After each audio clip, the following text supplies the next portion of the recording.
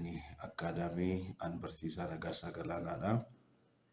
Bulee Horaa University irraa har'a barnoota Global Trends boqonnaa 3 barnoota isa dhumaa waa'ee exchange rate systemii yookaan sirna jijjiirraa maallaqaa irratti xiyyeeffatu qabadhee dhufeera. Gamanuma turtii gaarii akkana wajjiniin qabaattan nan amanaa. Egaa chaanalii kanaaf warri haaraa taatan yeroo viidiyoo kana ilaaluu jalqabdan laayik gochuudhaan sabiskiraayib gochuudhaan akka ilaaluu jalqabdan jecha warri kanaan dura immoo miseensa taatanii jirtan sabiskiraayibarii taatanii jirtanii viidiyoo kana yeroo ilaaltan laayik gochuudhaan akka jalqabdan sheer gootanii koomentii gootanii immoo akka jajjabeessitan hiriyoota keessan biraanis akka geessan dabalataanis mallattoo notifikashinii tuquudhaan yeroo yerootti viidiyoon ol fe'amu YouTube irratti akkasiin qaqqabuuf akka gootanii fi karaa liinkota sooshaal miidiyaa gama feesbuukiitiin gama telegiraamaan gama liinkidiniin gama tiwiiteriin akkasumas immoo tiiktookiin waatsaappiin hordofuu dandeessu. Kana jecha kallattiidhumaan barnoota guyyaa har'aattan darbaa na hordofuu hin dagatinaa. Egaa akkuman armaan olitti ibse har'a barnoota 5ffaa yookaan barnoota isa dhumaa boqonnaa 3ffaa waa'ee sirna jijjiirraa maallaqaa sadarkaa addunyaatti yookaan maallaqa biyyootaa ilaallaa exchange rate fi exchange rate system jedhamu kana. Si'a darbe egaa yeroo darbee waa'ee dhimmoota ijoo fi dhaabbilee siyaasa dinagdee addunyaa hoogganan laalleerra.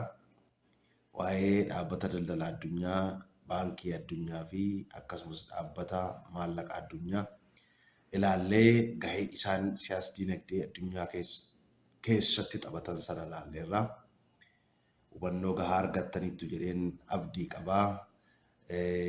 Kan kilaasiitti barattaniin ala afaan keessaniin gaafa hiikamee isiniif dhiyaatu kana akka hubannaan keessan jabaatu abdii guddaan qaba. Har'a immoo waa'ee jijjiirraa maallaqaa fi sirna jijjiirraa maallaqaa kana ilaalla jechuudha. Egaa exchange rate jechuun kun jijjiirraa maallaqa biyyootaa maallaqa tokkoo gara maallaqa biraatti maal jechuudha isa jedhu. Exchange ratein kun egaa gatii maallaqni biyya tokkoo biyya biraatiin yoo jijjiiramu qabaatu jechuudha. Fakkeenyaaf akka Juulaayii 2013 akka lakkoofsa warra Awurooppaatti exchange ratein yeroo sana turetti doolaarri Ameerikaa tokko yenii Jaappaanii 98.1tti jijjiirama ture. Kana jechuun yenii Jaappaan 98 fi saantima tokko ture jechuudha. Kanaafuu exchange rate systemiin kun maallaqni biyya tokkoo kan biyya biraatti maal fakkaata? Meeqa ta'a isa jedhu waa'ee kanaati kan inni xiyyeeffatu jechuudha. Adeemsa kana immoo kan hordofu dhaabbata maallaqaa addunyaati. Kanaaf dhaabbanni maallaqaa addunyaa kun exchange rate systemiin biyya tokkoo ulaagaa maalii irratti hundaa'ee akka inni murtaa'uu qabu akkaataa kamiinis akka inni hojjetamuu qabu gadi fageessee qorannoof qo'annoodhaan akkaataa dinagdee biyyattii miidhuu hin dandeenyetti akkaataa dinagdee biyyoota sana miidhuu hin dandeenyetti karaa ifaaf bilisa ta'een akka godhu sadarkaa qajeelfamaatti lafa kaa'ama. Kanaan wal qabatee egaa exchange rate systemiin kun lamatu jira, gosa lama taayipii lamatu jira addunyaa keessa egaa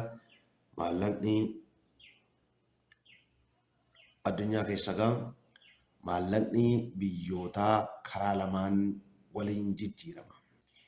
Egaa biyyoota irratti hundaa'a, poolisii biyyaa irratti hundaa'a.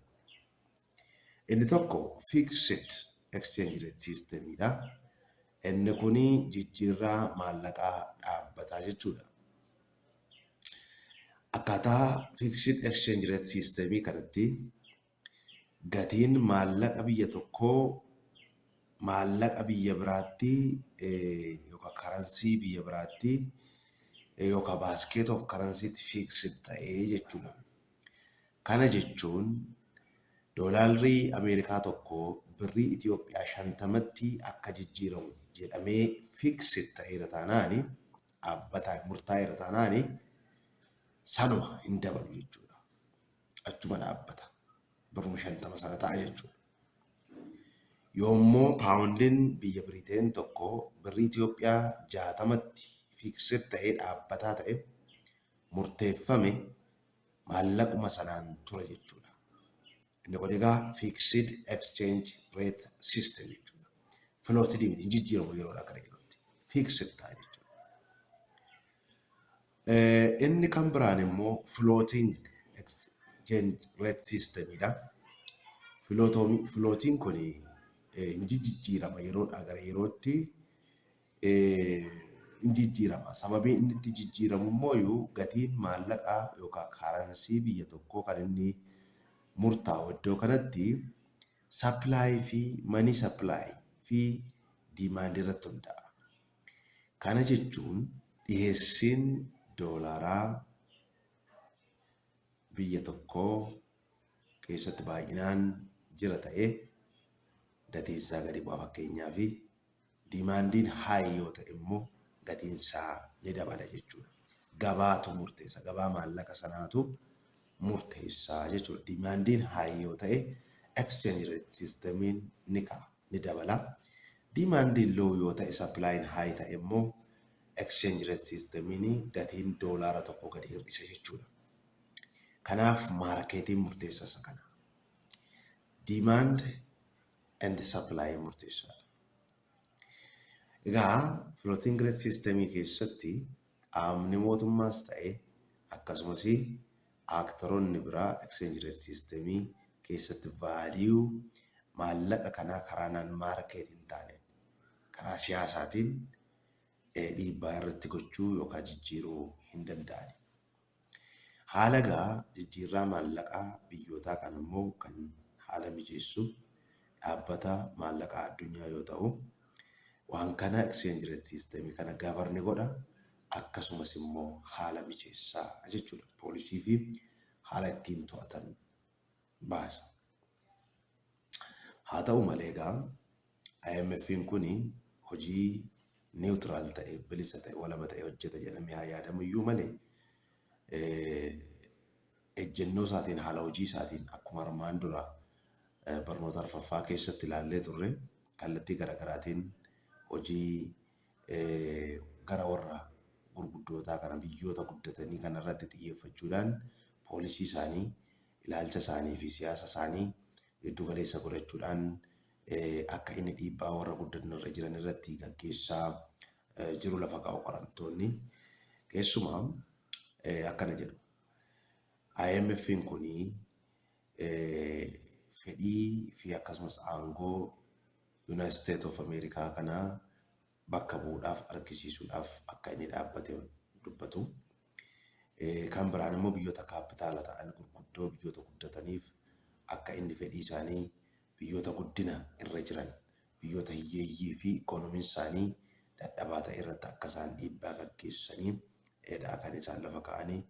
Inni kun immoo karaa kallattii garaagaraatiin ilaalama. Tokko decision making poweriin IMF keessa jiru kootaadhaan kan inni taa'u. Akkuma kanaan dura argine parsantiin 35 mirgi sagalee kennuu biyyoota 10 qofaaf akka inni qoodamee jiru lafa keenya irraa. Kanaafuu kootaadhaan waan ta'eef biyyoonni hiyyeeyyii fi ikoonomiin isaanii dadhabaa ta'e akka isaan dhageettii hin qabne ni ukkaamsa jechuudha. Gama biraan kaffaltii fi dandeettii kaffaltii biyya irratti hundaa'a sagaleen jiru. Inni kaffaltii cimaa kaffalu sagalee guddaa akka qabu dhageettii guddaa akka qabu. Inni immoo kaffaltii xiqqaa kaffalu humni isaa dadhabaa ta'e immoo akka inni dhageettii xiqqoo qabu lafa kaa'a sirna murtoo keessatti jechuudha. Murtoo dabarsuu keessatti.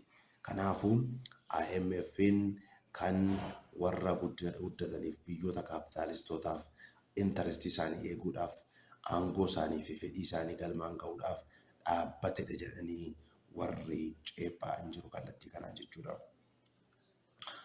Egaa gabaabumatti irraa waa'ee exchange rate systemii laalleerraa. Exchange rate system jechuun gatii maallaqa biyya tokkoo maallaqa biyya biraa wajjin wal qabamee yoo ilaalamudha. Fakkeenyaaf amma gabaa har'a jiruun doolaarri Ameerikaa tokkoo birrii Itoophiyaa naannoo 51 hanga 53tti akka inni ga'ee jiru laalla.